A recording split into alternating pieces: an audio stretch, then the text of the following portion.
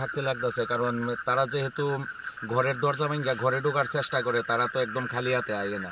ওইটা একটা বিরাট ঝুঁকিপূর্ণ ব্যাপার। মানে মনে করতেছেন ধারালো অস্ত্র টস্ত্র নিয়ে কিছু তো একটা আছে নিশ্চয়ই, কারণ একা ঘর থেকে বাইরে ওটাও একটা দুষ্কর ব্যাপার, রিস্ক হয়ে যায়। রিস্ক হয়ে যায়, কারণ ওই জিনিসটা এমনি তো চুরি একদম মানে খুব একটা রিস্কের মধ্যে কাটান লাগতেছে, একটা আতঙ্কের মধ্যে দিন কাটে আর কি।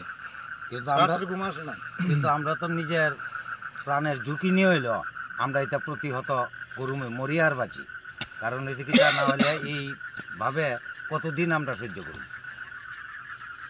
বিগত 2 মাস 2.5 মাস আগে সিলিন্ডার এখান থেকে তিনটা বাড়ির থেকে অটোমেটিকলি সিলিন্ডার হয়েছে। আচ্ছা, এর আগে কি এরকম এলাকাতে হয়েছে নি 2-2.5 মাস আগে? শিব চতুর্দশীর দিন রাত্রেবেলা, মানে পরের দিন অমাবস্যার দিন রাত্রেবেলা ওই পাড়াতে প্রায় অনেক অর্থ সহ স্বর্ণালঙ্কার অনেক কিছু নিয়ে গেছে।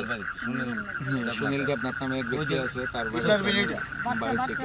আমরা চাই যে ইলেকশনের মুভমেন্টে যেরকম পুলিশ টহলদারি হোক, এই টহলটা যাতে অব্যাহত থাকে, কোনো অসুবিধা নেই। দরকার বলে আমরা গ্রামের থেকে তারা পর্যন্ত সাহায্য করি, আমরা গ্রামের থেকে পুলিশকে আমরা সহায়তা করি। তারা যেমন টহলদারিটা চালাবে।